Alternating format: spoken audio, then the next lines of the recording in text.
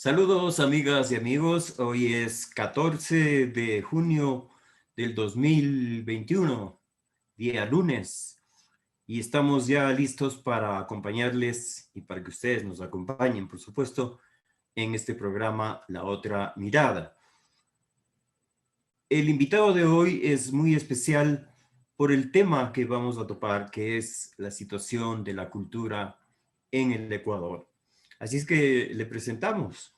Él es Mario Campaña, nacido en Guayaquil en 1959 y dejó Ecuador en 1992. Desde entonces ha vivido en España, Francia, Estados Unidos, México, Uruguay y Gran Bretaña. Es fundador y editor de Guaraguao, revista de cultura latinoamericana que se edita en Barcelona desde 1996. Además de una importante obra literaria en la que destacan títulos como Pájaro de Nunca Volver, poesía, Aires de Helicot City, poesía, En el Próximo Mundo, poesía, Cuadernos de Godric, Antes bajaban en tren, relatos, y Bajo la línea de flotación, novela. Ha desarrollado una obra ensayística en el terreno de la investigación literaria y la filosofía política, en los que debemos mencionar libros como Baudelaire, Juegos sin triunfos, ensayo de 2016, América Latina, los próximos 200 años, ensayo 2010, Necesidad de América, ensayo 2011, Linaje de Malditos, de Sade a Leopoldo María Panero, ensayo 2014. Su más reciente ensayo, Una sociedad de señores, dominación moral y democracia 2017, concluía una investigación sobre las democracias iniciada con América Latina, los próximos 200 años y Necesidad de América. Ha firmado además 5 importantes antologías de poesía hispanoamericana contemporánea y traducido al poeta francés Mallarmé. La Universidad de Salamanca, Stony Brook University y CUNY Graduate Center de Nueva York han dedicado sendos eventos a su obra. Mario Campaña ha participado como invitado en congresos y mesas redondas internacionales y ha dictado conferencias en universidades y centros culturales de Europa, Estados Unidos y América Latina. Aquí está con nosotros Mario Campaña. Buenas noches. Buenas noches, Rubén Darío. Buenas noches y bienvenido a este programa, La Otra Mirada. Gracias por la invitación. ¿Cómo estás? Bien, trabajando. Tengo el hábito de trabajar, la necesidad de trabajar. ¿La pandemia cómo está? ¿Está bajando? Se controla, sí, cada vez se controla mejor. Estamos en la recta de salida ya, felizmente, aquí en España. Qué bueno, nos alegramos mucho de eso. Creo que acá también estamos en eso. Ojalá lo hagamos con más velocidad. Bueno, vamos al tema que nos atañe, ¿no? ¿Cuál es el problema en este momento de la cultura en el Ecuador, del ejercicio de la cultura en el Ecuador? Yo sí creo que se puede hablar de la cultura como un problema del Ecuador, en singular. Ya. En la medida en que nuestros modos de vida, nuestras tradiciones, creencias, nuestros sistemas de valores, nuestra vida interior, espiritual, afectiva, intelectual, no favorecen la presencia de individuos inclinados a reflexionar, individuos, grupos, pueblos, inclinados a reflexionar crítica y autocríticamente sobre sí mismos, sobre el país, no favorecen un compromiso ético con el país y su futuro. Al contrario, la cultura predominante, hegemónica, que es la del problema, nos induce a la separación, a la diferenciación. Es una cultura basada en privilegios, jerarquías, una cultura basada en ideales individualistas, la riqueza, el poder, el éxito, el triunfo. Son características de una cultura que no es propia de una república. y menos aún de una democracia. En resumen, creo que esa cultura hegemónica del Ecuador es una cultura malsana, que es un verdadero obstáculo para los planes, para los proyectos que pueda tener, que pueda concebir el país.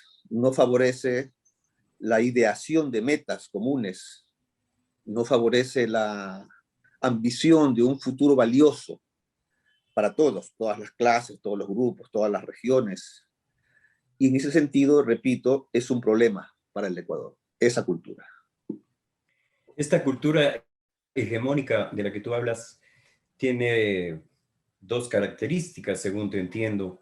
Una que copa los espacios y otra que es mediocre, es decir, que no es capaz de desarrollar producción de alto nivel. ¿Es así? Se puede decir también así, efectivamente. Es una cultura, para abreviar, una cultura basada en principios mercantiles, aunque el concepto pueda resultar quizá un tanto ajeno o lejano al tema de la cultura. Es así en la medida en que los ideales prácticamente absolutos de las clases hegemónicas, las clases empresariales, son, diría que el beneficio, el lucro rápido, fácil y abundante, y en la medida además, y esto es fundamental, en que esos ideales se han proyectado a todo el país, a todas las clases, a todos los grupos, de manera que con esa presencia hegemónica de esos valores, de esos ideales, lo que llamamos la cultura especializada, la cultura intelectual, la cultura artística, tiene muy poca presencia, muy poco espacio, casi no hay espacio para eso, puesto que la ideología hegemónica es más bien, está orientada más bien en otra dirección, está orientada en el lucro, hacia el beneficio, mayoritariamente, quiero decir. Hay excepciones, lógicamente, pero mayoritariamente es una cultura que copa el espacio público y el espacio privado con elementos completamente ajenos a la vida intelectual y artística. De modo que esa parte de la cultura intelectual y artística tiene muy poco espacio y tiene muy pocas posibilidades de sobrevivir, de crecer, de desarrollarse. Exactamente. Y eso es lo que te iba a preguntar. Mientras tanto, ¿qué pasa con quienes no están dentro de esa cultura hegemónica? Bueno, lo que pasa es algo sumamente grave. O sea, esa cultura hegemónica trabaja realmente con elementos, con conceptos binarios, como se dice. O sea, si hay una cultura de jerarquía, hay, por tanto, una figura de patrón que está en la parte superior Claro. y hay un siervo que está en la parte superior. Es una cultura de la dominación y la subordinación. Entonces, ¿qué pasa con esa parte de la población mayoritaria que no está integrada a ese esquema dominante? Pues pasa que vive una vida de sometimiento, de subordinación, pero de ambición. Lo que ambiciona esa clase, esos grupos mayoritarios, son los mismos valores Claro. que han hecho deseables la cultura empresarial. De modo que tanto en las clases altas como en las clases medias, como en las clases más populares, los ideales son los mismos. Por tanto, cuando nos quejamos de que en el Ecuador no se lee, es justo, pero al mismo tiempo es una queja un poco pueril, en el sentido de que no se entiende que con esta dominancia cultural es obvio que que el libro y la lectura no tiene mucho sentido, no tiene espacio, no tiene importancia. O sea, una prueba de eso es que en los sectores empresariales hay muy pocos intelectuales, muy pocos artistas. Claro, claro que sí. Bueno, lo que se suele decir es que en las culturas hegemónicas, especialmente las que están alineadas a cierta ideología, no suelen salir artistas, no suelen salir poetas, no suelen salir filósofos, suelen salir más bien de la cultura inferior y de la cultura media. Y de ahí, pues, son quienes rebaten, son quienes debaten y quienes se opondrían a la cultura hegemónica, pero según te entiendo, no hay ese debate, no hay esa reflexión, no hay esa contrastación, que no es una pelea pueril, como tú muy bien dices, sino un aspirar a ser lo mismo que quieren ser, que son estos de la cultura hegemónica, que es mediocre, es decir, es aspirar a la mediocridad, o es no aspirar a nada. Bueno, eso ocurre entre nosotros, Ajá, en el Ecuador, ocurre en esta época, pero no siempre ha sido así, por supuesto, no es que sea una ley de la historia. O sea, la élite intelectual y artística de Grecia era la nobleza, claro, y lo mismo en Roma, y lo mismo en Europa, hasta, al menos hasta la Revolución Francesa. Grandes pensadores salían de la nobleza, y los grandes escritores. Las clases populares no tenían acceso a la educación siquiera, y las clases medias pues también estaban sometidas. Entonces, resulta que entre nosotros sí es así, y es así por razones históricas, me parece a mí. Porque nosotros tenemos un pasado colonial hispánico, y resulta que los españoles que venían a América con una determinación extrema, venían decididos a hacer fortuna y a ganar, a mejorar su condición social, a hacer fortuna y a convertirse en un hidalgo o en un señor, a ganar títulos nobiliarios. Esas eran sus metas, esa era la cultura dominante de la colonia. Entonces, el Ecuador recibe esa herencia, la República del Ecuador cambia de formato, digámoslo así, se convierte, deja de ser colonia y pasa a ser república, pero recibe intacta esa herencia cultural. El Estado ecuatoriano jamás concibió una tarea cultural de modificar esa cultura colonial. Nunca. Ni cuando se fundó la República, ni hasta hoy. Hasta hace 4 días, por lo menos, en que que tenemos nuevo gobierno. El gobierno de izquierda, supuestamente de izquierda, de Rafael Correa, tampoco opuso una nueva cultura más allá del discurso. Tampoco hizo mucho por contrarrestar, por revertir, por transformar esa vieja cultura colonial de los valores que acabo de mencionar, de los privilegios, de la jerarquía, de la riqueza, del éxito. Jamás opuso una política cultural consistente, amplia, para transformar esa cultura. De modo que hoy tenemos unas clases empresariales, dirigentes, que son herederos de la cultura colonial y la sostienen y la fortalecen y a partir y hacen de eso su plataforma. O sea, no necesitan leer libros.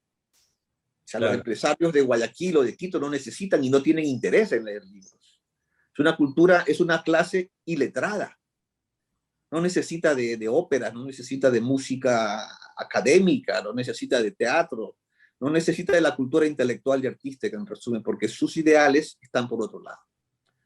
Pero eso pasa entre nosotros. Ahora, y pasa porque la República del Ecuador nunca quiso contrarrestar, oponerse a la cultura colonial.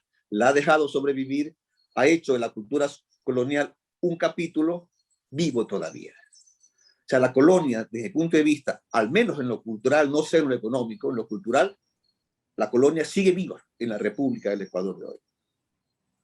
En ese sentido, ¿qué importancia, qué relevancia, qué trascendencia tienen?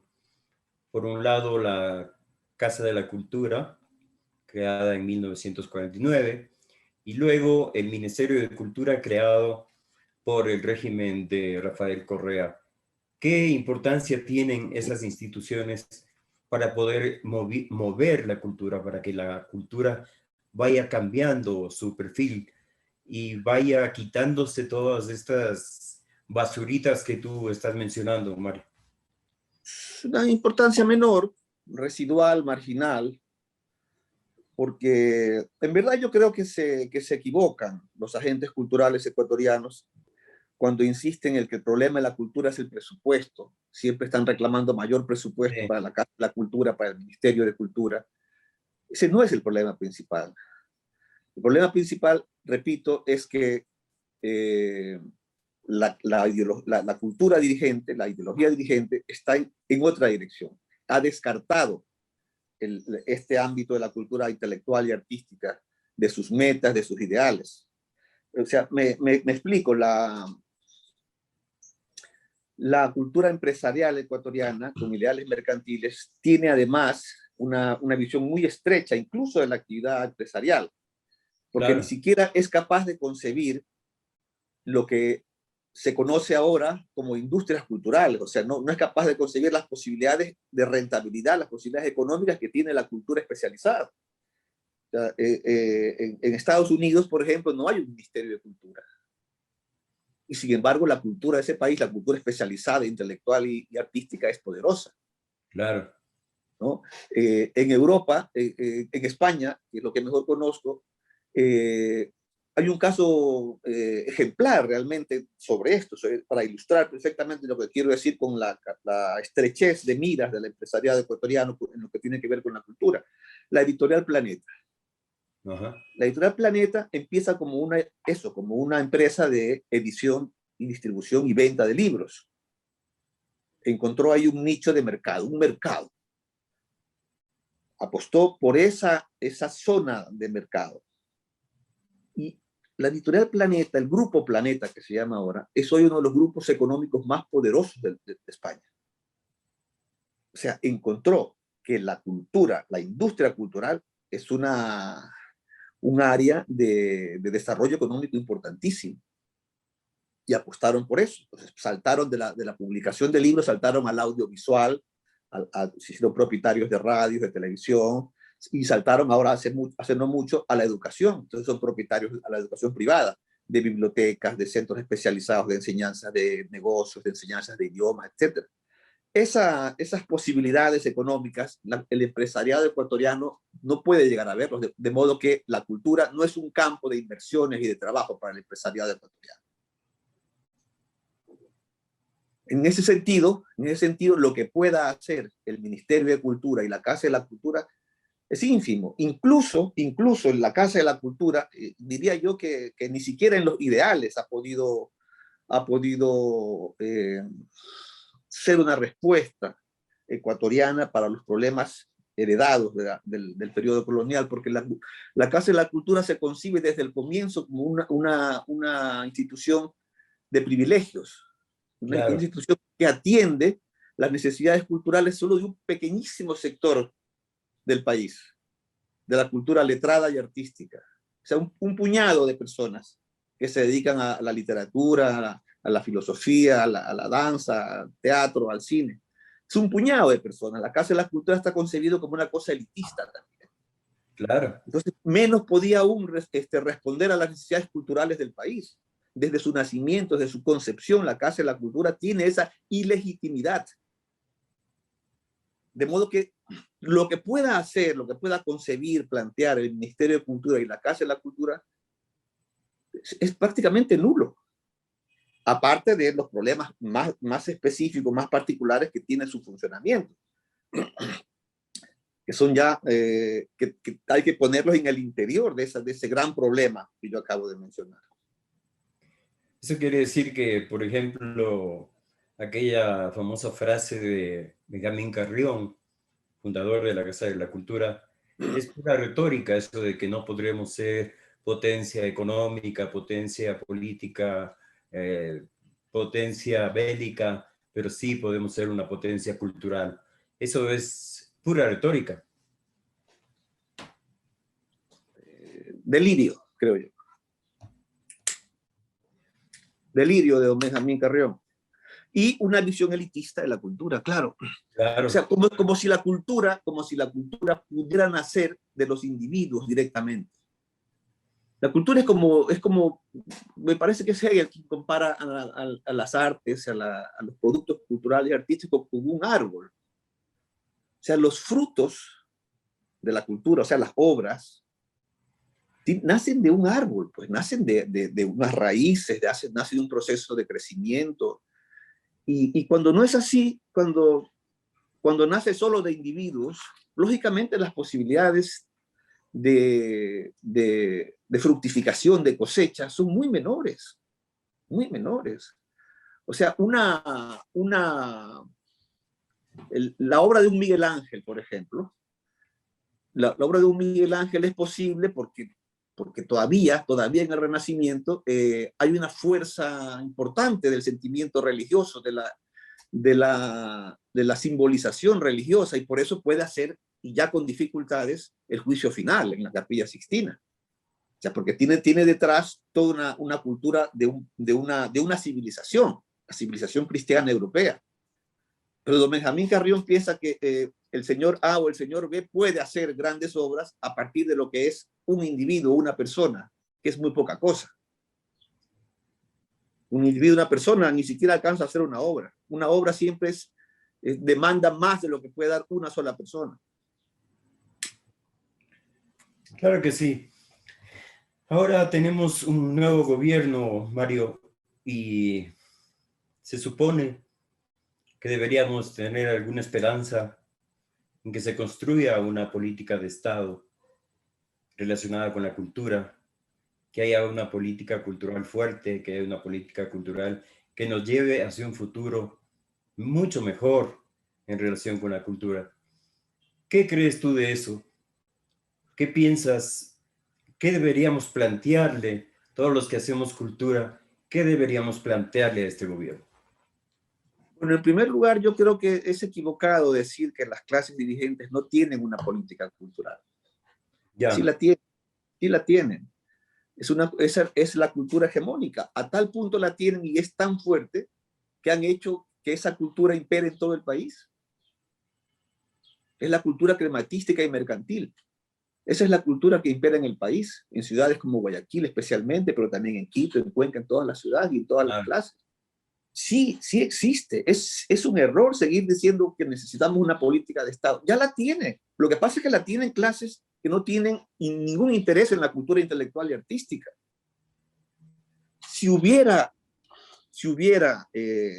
una sensibilidad en el nuevo gobierno para favorecer la emergencia de una cultura que yo no llamaría nacional de ninguna manera, creo que ese es otro error de la cultura nacional y la matraca de la identidad nacional, pero si hubiera interés en este gobierno en favorecer una cultura distinta, que se oponga a la hegemónica, que enriquezca al país, que contribuya a la convivencia, que contribuya a la cohesión, que contribuya a la ideación de metas valiosas para todos. Si hubiera necesidad, si el gobierno quisiera plantear eso, lo cual me parecería sorprendente, porque yo en el equipo de gobierno no veo ni un solo intelectual, ni no, una persona de cultura. O sea, eso es un indicio de que tiene muy poco interés por la cultura especializada, artística e intelectual. claro. Ni Pero si siquiera en el Ministerio de milagrosamente... Cultura. Claro, ni siquiera en el Ministerio de Cultura Mire, el le Ministerio de ponen que Cultura, dirija a algún, ya yo alguien. no veo técnicos, Ajá, veo políticos, pero intelectuales, gente de cultura, gente de pensamiento, gente capaz de interpretar procesos históricos, procesos culturales. No veo. O sea, yo sí creo que se puede hacer planteamientos y por eso con un grupo de colegas de Guayaquil, Quito, Cuenca, estamos redactando, preparando, ultimando ya una carta abierta al presidente sobre la cultura. Yo sí creo que se puede, y en ese caso lo principal no es apuntalar económicamente al Ministerio de Cultura, porque el Ministerio de no, Cultura tal cual existe hoy, con todo el presupuesto que se quiera y siempre en el seno de ese tejido institucional que sea medio infernal, que se ha creado en el Ecuador en torno a la cultura, con eso cualquier ministerio, cualquier gobierno está condenado al fracaso. claro. Con cualquier presupuesto y con cualquier ministro, con cualquiera, está condenado al fracaso en la medida en que esa cultura especializada está estrangulada, no tiene ninguna posibilidad. Si se quisiera favorecer, lógicamente hay mecanismos con los que cuenta el Estado, la misma educación, pero si se quiere pensar en cuestiones operativas, ¿no? Yo diría que el gobierno podría, por ejemplo, soltar un ejemplo, una cosa que se puede hacer, que se hacía en Grecia, que favoreció la emergencia de una cultura tan desarrollada como la griega. En Grecia las fiestas nacionales, la fiesta de Pan Atenea, por ejemplo, no eran fiestas solamente religiosas. ¿Qué pasa con nuestras fiestas? Son días en que no se trabaja y punto. días en que los empresarios del turismo Claro. se ven como una oportunidad de negocio, ¿no?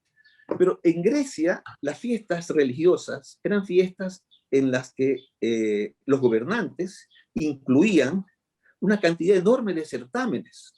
Por ejemplo, certámenes deportivos, atléticos, certámenes culturales, certámenes de poesía, certámenes de teatro, la tragedia, certámenes de un abanico muy amplio de cultura dentro de la que estaba la celebración y los ritos religiosos.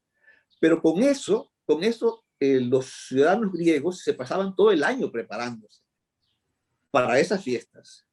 Si el gobierno de Guillermo Lasso quisiera favorecer una cultura más amplia, más rica, aprovecharía la fiesta, simplemente la fiesta. Eso es muy fácil para incluir en las fiestas religiosas certámenes de todo tipo que incentiven el ejercicio, la práctica, el entrenamiento, el desarrollo artístico, intelectual, poético, de las danzas, los bailes, la música, para que se preparen todo el año y para que el día de la fiesta se presenten ante toda la ciudad, en todos los pueblos, y verás como a lo largo de este gobierno, los 4 años, se habrá producido un enriquecimiento, un salto importante.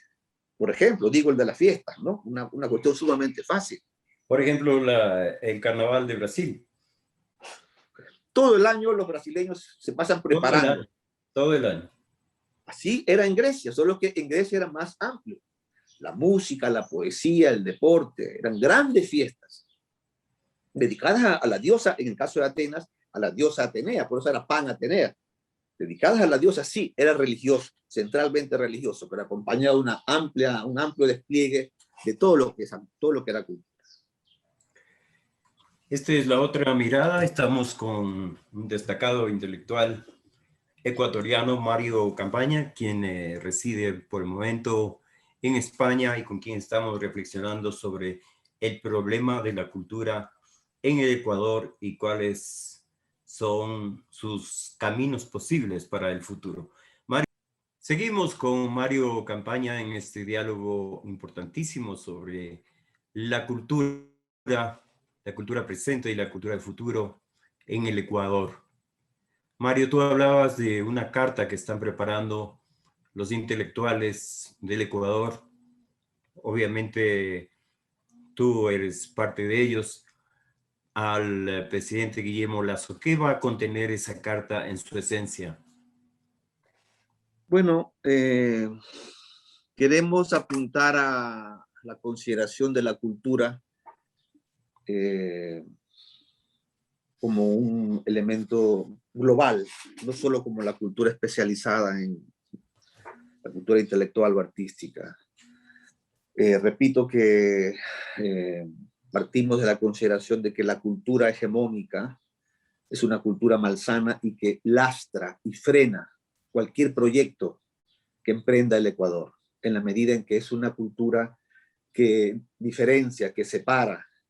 O sea, hoy por hoy el Ecuador solo difícilmente puede ser llamado un país o una república, en la medida en que carece de un elemento unificador. Carecemos de unidad. No hay Claro. elementos de dimensión estatal, nacional, que estén presentes en todo el país. Ni siquiera los partidos políticos son ahora instituciones que puedan representar a todo el país.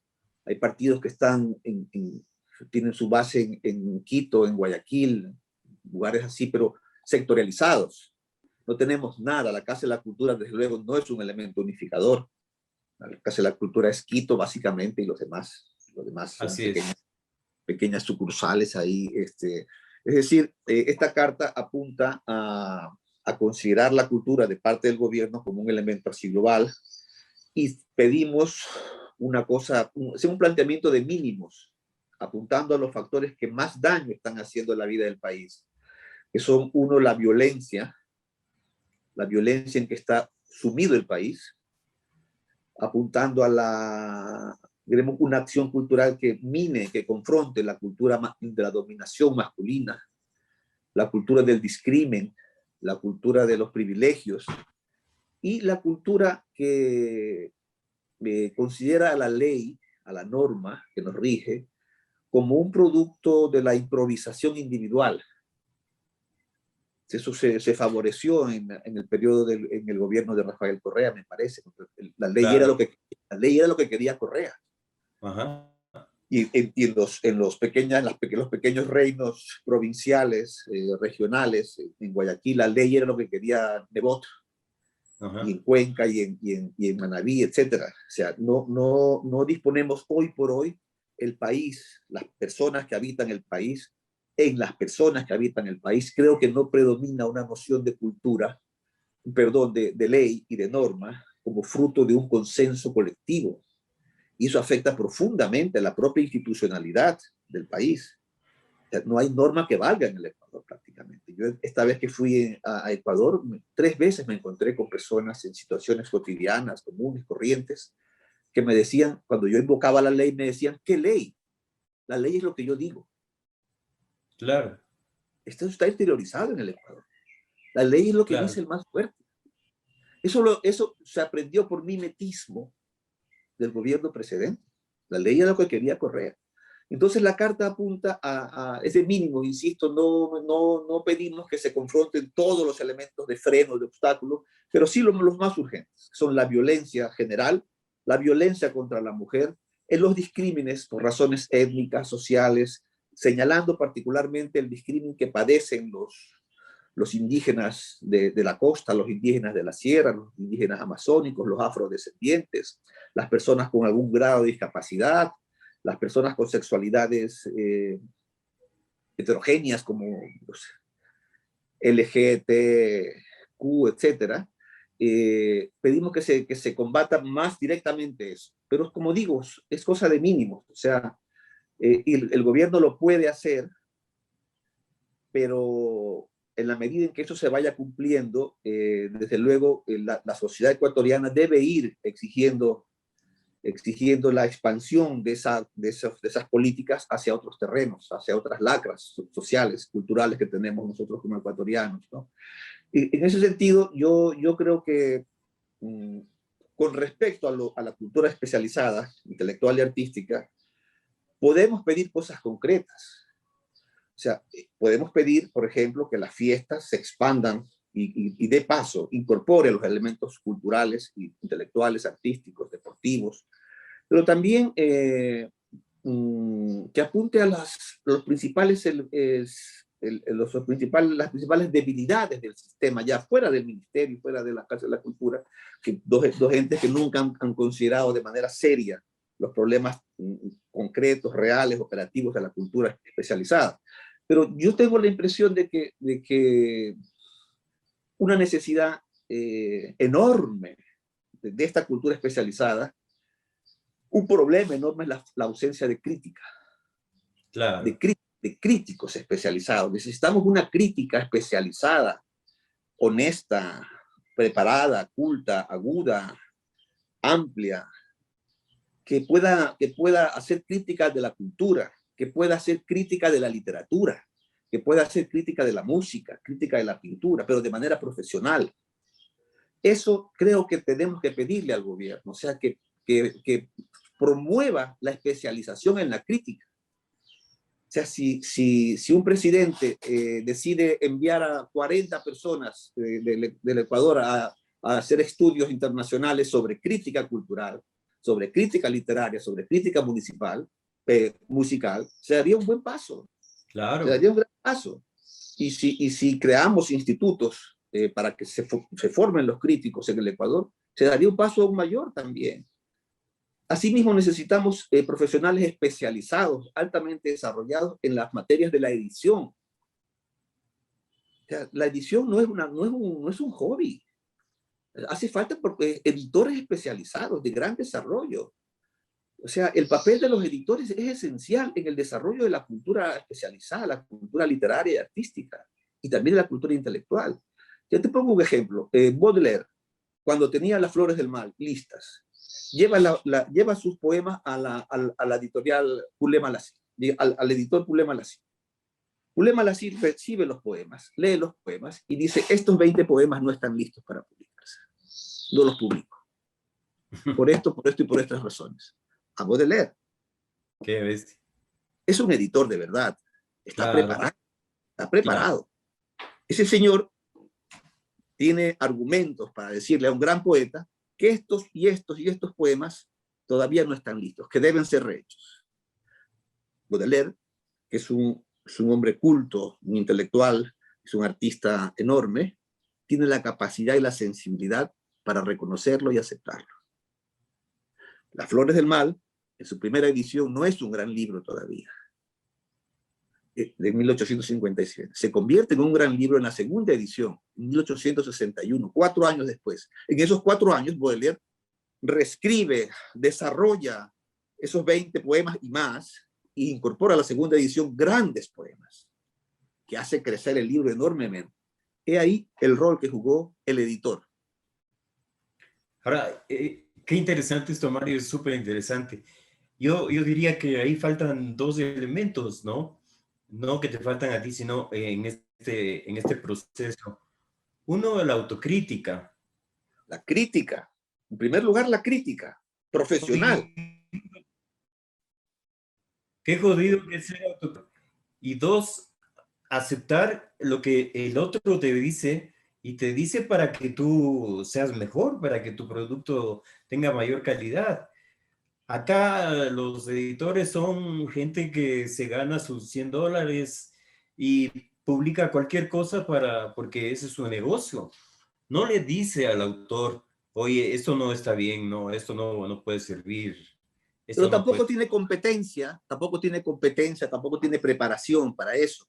Tampoco, Porque, claro. porque en el Ecuador no hay crítica auténtica. En No, general, claro que hay críticos literarios valiosos, gente que ejerce la crítica y hace críticas, son muy pocos. sí, Claro que hay ecuatorianos 4, 5, 6 preparados para hacer la crítica, pero con eso no sirve, eso no basta para un país. Necesitamos grandes críticos, que coja la novela que se ha publicado el mes pasado y haga un estudio severo, riguroso, bien intencionado, en un periódico que puede estar dedicado exclusivamente a la crítica de la cultura, a la crítica literaria, a la crítica musical, a la crítica teatral, y ponga las cosas en su sitio. Porque en Ecuador es una cosa, en Guayaquil especialmente, una cosa en que todos son genios, todos son grandes escritores, grandes poetas, todos son sí, obras maestras. ¿Por qué? claro, y no Porque no hay van donde crítica. el editor, no van donde el editor a ponerle en consideración, sino van donde el editor a que imprima, Son a que impresores imprima, en general, en general. no todos, no todos. No Yo todos, claro. conozco editores de primera también en Quito, en Ecuador, en Guayaquil no conozco ninguno, pero en Quito conozco. Pero como fenómeno nacional, fenómeno de la cultura del Ecuador, no tenemos eso. Y eso es imprescindible. Como necesitamos los editores profesionales, correctores no Estilo. solamente de las erratas, sino también correctores de la sintaxis, correctores de la estructura de la novela, correctores en general preparados como para tener un diálogo a fondo y estricto y exigente con los autores. Eso también necesitamos que lo haga el gobierno, nadie más lo hará. Claro. Necesitamos que el gobierno mande a un grupo selecto de chicas, chicos a prepararse fuera o que los prepare en el país, pero para eso. Esta es la crítica de la escultura. ¿Cómo está la escultura en el Ecuador? Claro. Nadie sabe. Nadie sabe. Entonces, claro, que el problema es que el ministerio no tiene presupuesto. No es ese el problema.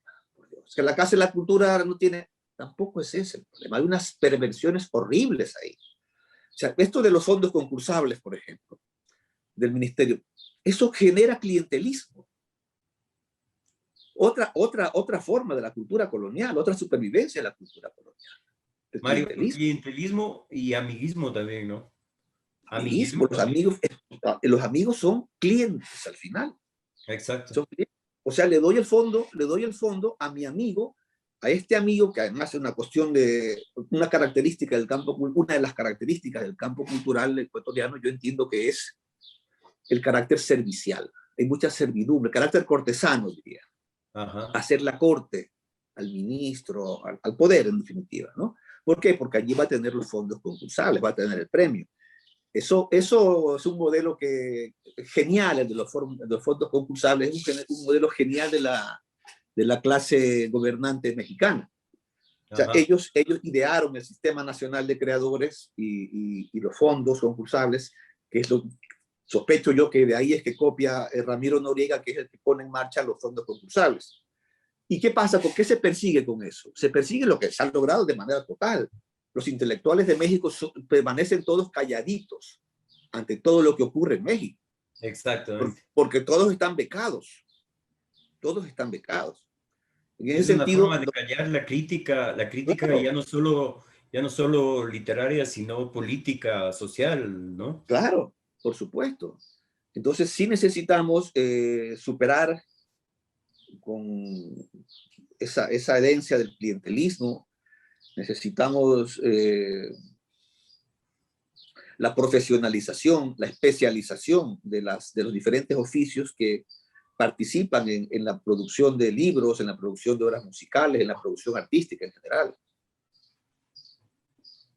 Ahora, aparte de eso, ¿tú crees que se necesitaría una reestructuración a fondo?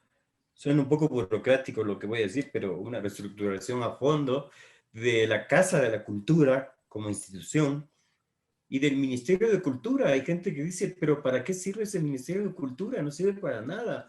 Sirve para competir por los pedazos de pan y las migas de pan que deja el Estado, preocupado de la política y de la economía, y mientras la Casa de la Cultura y el Ministerio de Cultura se disputan las migajas. ¿No deberíamos plantear también algo relacionado con estas dos instituciones? Yo no sé si una reestructuración serviría de algo. Cualquiera que sea el modelo administrativo, cualquiera que sea la persona o las personas que estén al frente de todo eso, creo que el fracaso es inevitable. O sea, la orientación general es equivocada, la orientación Sí. general. Y no se va a solucionar de manera inmanente desde dentro. El Ministerio de Cultura, yo vi hace poco, leí que tenía 600 empleados, después vi que tenía 543, pero hay 30 choferes. 30 30. choferes, 30 choferes en un ministerio que tiene un puñado de unas pocas tareas. Ahí se ve la perversión del sistema, ¿no? ¿Y Claro. cuántos choferes habrá en el Ministerio de Cultura? Esos carros, yo me puedo imaginar los carros del ministro, del presidente de la Casa de la Cultura, para la esposa, para los hijos, para irse de viaje a la playa, para las amantes, para todo, ¿no? Y ahí se dilapidan los recursos, ¿no? O sea, así como se dilapidan los recursos, fíjate tú, ¿cuánto ha gastado el Estado ecuatoriano desde que empezaron los fondos concursables hasta ahora? Millones de dólares. Claro. ¿Y qué ha cambiado en la vida cultural del país? Nada. Nada. Millones de dólares perdidos. Los que dicen que debe desaparecer el Ministerio de Cultura están notando que se está dilapidando los recursos, dilapidando los esfuerzos, se está creando una confusión terrible y que la cultura sigue hundida. No hay mayor producción. O sea, ¿dónde está el auge de la cultura especializada del Ecuador? No existe. Y el clientelismo, No. o sea, si no entras al sistema de subordinación, de favores, esta especie de envilecimiento que digo yo, que se produce ahí con este toma y daca, yo te doy, tú me das, es una cosa que tiene mil pruebas, ¿no? O sea, Mónica Ojeda no encontró un editor en el Ecuador, ni la Casa de la Cultura, ni el Ministerio de Cultura, ni nadie que le publicara Nefando. Ajá. Y Nefando encontró editorial En España. España. Tiene muy buenas críticas, obtuvo muy buenas críticas, o sea, era una buena novela, pero no encontró editor en Ecuador. ¿Por qué? Porque lo que predomina ahí es el clientelismo. Mónica no entraba en esa dinámica y por tanto no tenía edición. Exacto. Es pervertido. Es un sistema enteramente pervertido. No se trata ya de la estructura administrativa, o sea, no se trata de reestructurar. Se trata de cambiar completamente de paradigma, de enfrentar de otro modo el problema de la cultura. ¿sí? Y eso rebasa las posibilidades de un Ministerio de Educación y de la Casa de la Cultura, y más con estas direcciones que tenemos, ¿no?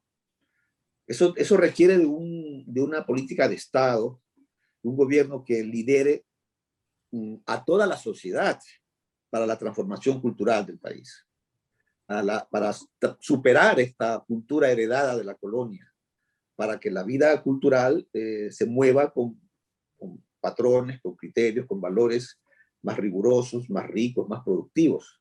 Con la actual dinámica eso es imposible. O sea, si yo pienso, ¿qué quiere decir eso del teatro del barrio, el programa estrella del gobierno de Guillermo Lasso? A mí me da, yo intuyo lo peor. Claro. Populismo ahí, ¿con qué contenidos, qué principios, qué valores, qué calidad, qué cualidad? No quiero ni imaginarlo. Desde luego, no es ese el camino para la transformación cultural del Ecuador, ni para el enriquecimiento cultural, ni para favorecer la mayor producción de la cultura intelectual y artística. Ahora, la carta es una herramienta muy importante, pero vamos a suponer, siendo pesimistas, que no hay una respuesta positiva. Entonces, ¿qué hacer por parte de los actores culturales y por parte de los intelectuales?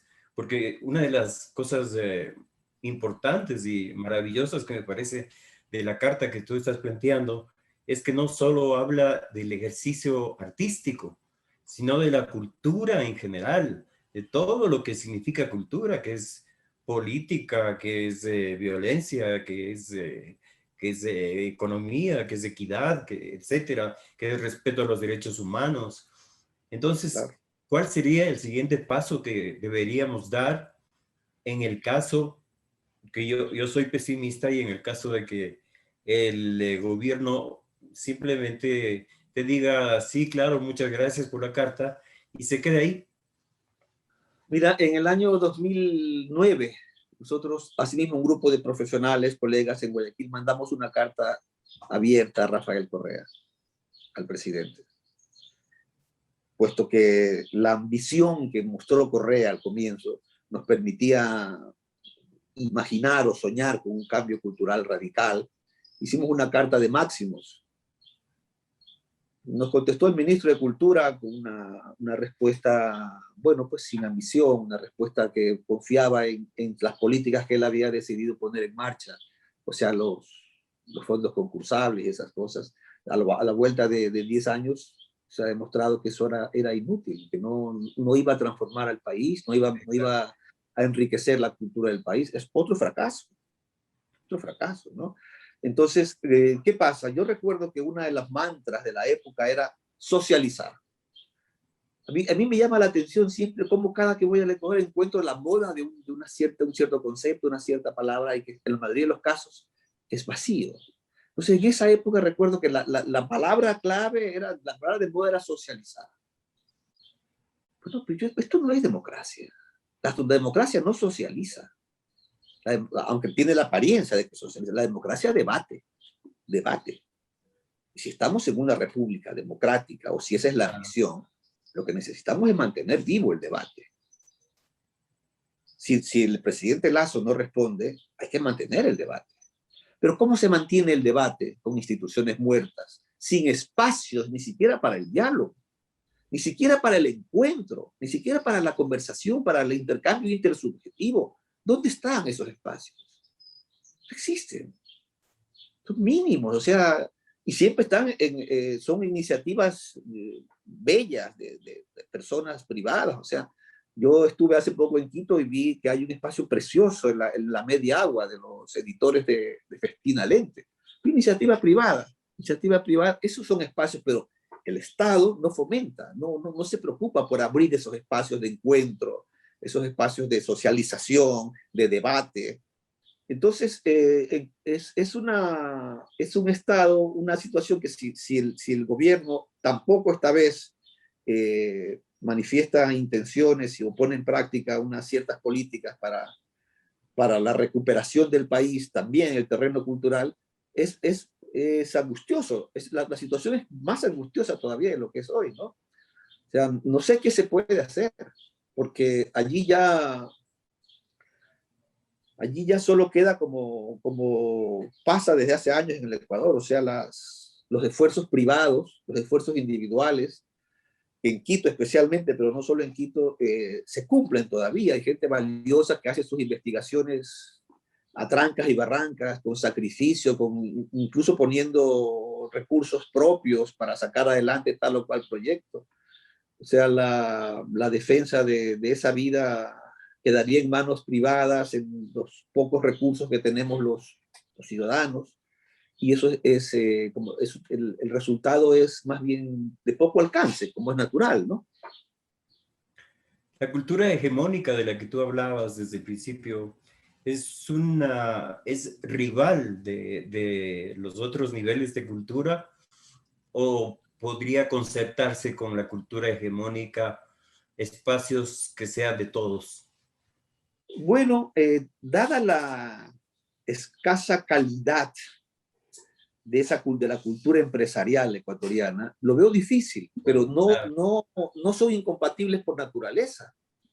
Como digo, los países ricos, en los países son un ejemplo de cómo la empresa privada puede incursionar en el ámbito de la cultura especializada, puede enriquecerla, expandirla, multiplicarla, al mismo tiempo que cumple sus metas legítimas de beneficios y de poder. Se reconoce, no sé si legítimas o no, pero que se reconoce que en la estructura jurídica y política de los estados, que eso tiene cabida. Entonces, en ese sentido es legítima y se puede perfectamente hacer compatible, pero para eso la cultura hegemónica tiene que cambiar, y allí es que tiene que intervenir el Estado, en introducir elementos transformadores en la cultura hegemónica, de la cultura hegemónica, contrarrestar esa cultura hegemónica. Lo que tenemos que pedirle a los gobiernos, a Lasso, es efectivamente contrarrestar eso. Pero hay muchas cosas, o sea, en detalle. Yo, por ejemplo, he visto que los más importantes premios ecuatorianos de la vida intelectual, científica, técnica, son los que otorga el municipio de Quito. Sí.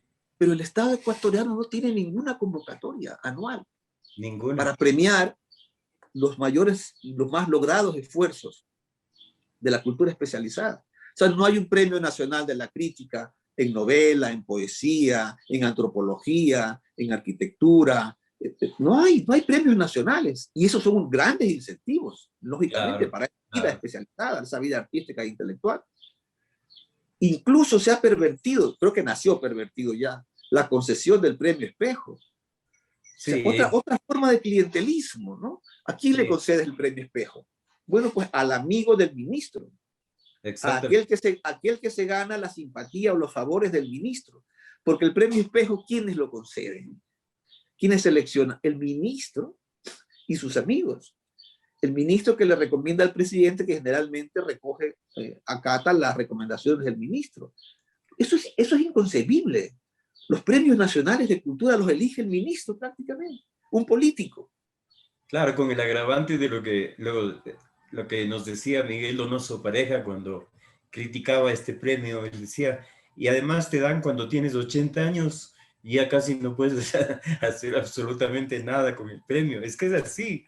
Está asimilado de esa manera. O sea, la Academia Sueca que da el premio Nobel, le da premio Nobel a gente de 50 años. Claro. Pero en el Ecuador, si no tienes 80 años, no puedes aspirar al premio Espejo. Exacto. Y además, si no te has mostrado dócil. Exacto. Porque si te muestras indócil, no tienes ninguna posibilidad. Dócil y silencioso. Silencioso. Si no dócil, silencioso son las dos cosas, ¿no? Después, fíjate, todas estas campañas que desarrolla el Ministerio de Cultura. Bueno, por lo menos una, yo tengo noticia de una, la famosa campaña del libro, no sé cómo se llama exactamente, pero la José de la Cuadra, el José de la Cuadra, la última creo. Pero ¿cómo es posible que los títulos que se seleccionen los escojan los amigos del ministro? Claro. El clientelismo otra vez. Eso no puede estar en manos de los amigos del ministro, eso tiene que estar en manos de las editoriales.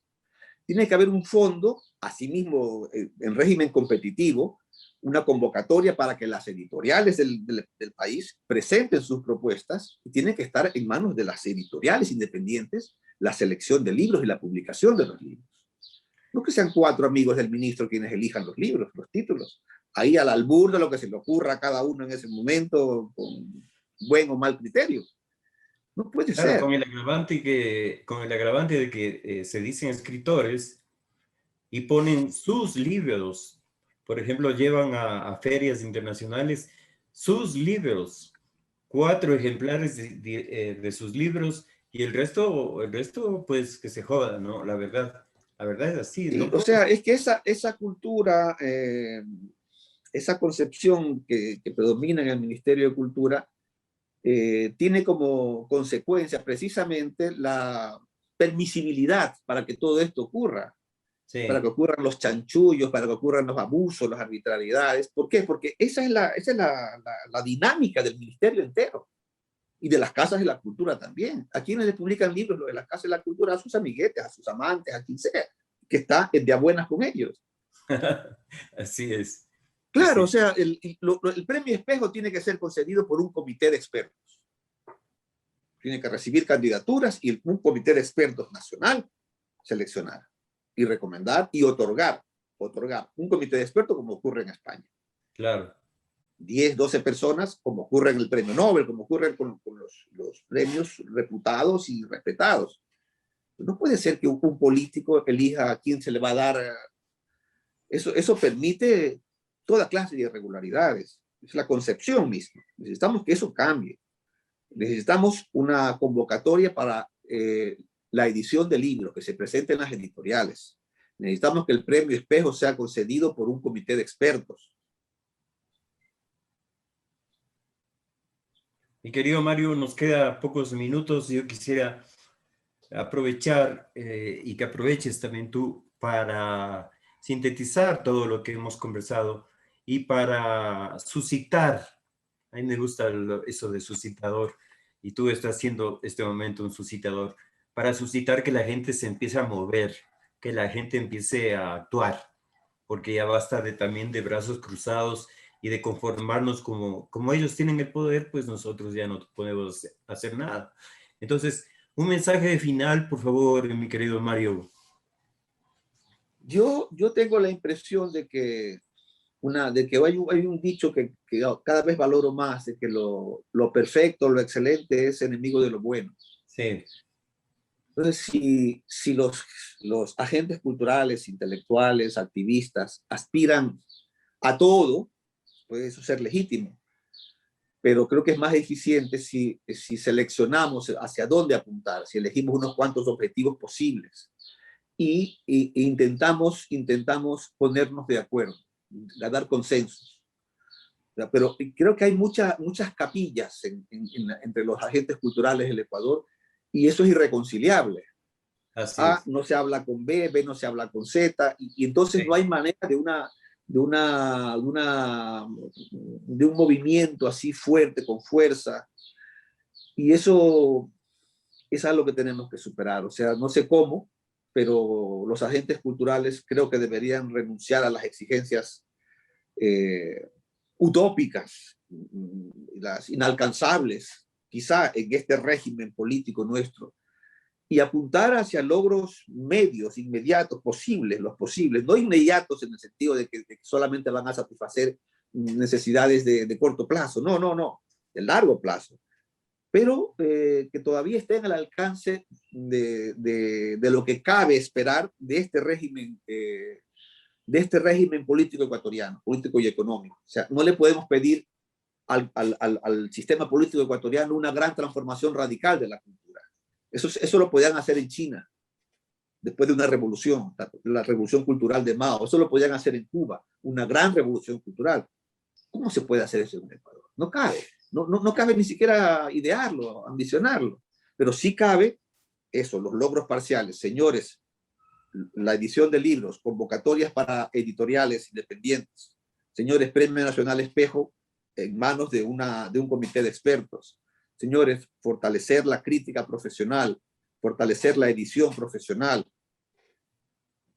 O sea, y así identificar elementos esenciales que necesitamos ahora mismo para que la cultura se ponga en marcha otra vez. Hemos tenido el privilegio de conversar desde Barcelona, España, con Mario Campaña, uno de los intelectuales más importantes, más destacados de la época contemporánea en Ecuador. Él tiene su pensamiento, como hemos visto, muy importante. A inicios del gobierno se está pensando enviar una carta y se está pensando que a partir de esa carta se pueden hacer trabajos, se puede hacer, se pueden mover iniciativas, se pueden mover las ideas para que fructifiquen. Mario, queremos darte un abrazo muy fuerte. Muchas gracias por haber estado con nosotros esta noche. Y pues seguiremos comunicándonos, veamos qué pasa con la carta para volver Muchas a gracias. hablar. Y Muchas cuando gracias. quieras, este espacio, La Otra Mirada, lo tienes a tu disposición. Muchísimas gracias. Gracias por la oportunidad. Gracias por esa apertura. Eh, Tengo esperanzas de que haya una cierta sensibilidad en el nuevo gobierno para acometer por lo menos unas acciones así imprescindibles, urgentes, mínimas, y que eso ya será una contribución a la vida de este país. Muchas gracias. Gracias a ti, Mario. Buenas noches. Buenas noches.